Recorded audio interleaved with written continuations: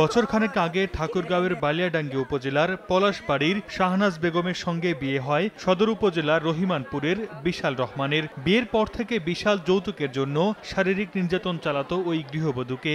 এতে নানাভাবে সহযোগিতা করত বিশালের পরিবার।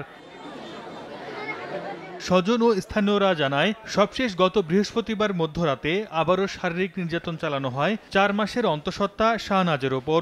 এক পর্যায়ে তাকে গলা টিপে হত্যা করে স্বামী বিশাল। মৃত্যু নিশ্চিতের পর বাড়ি থেকে পালিয়ে যায় সবাই। শুক্রবার সকালে গৃহবধূটির মরদেহ উদ্ধার করে হাসপাতালের মর্গে পাঠায় পুলিশ। যৌতুকের টাকা নিয়ে ঝগড়া ছিল শ্বশুর শাশুড়ির সাথে। সকালবেলা শুনতেছি হঠাৎ করে মারা গেছে।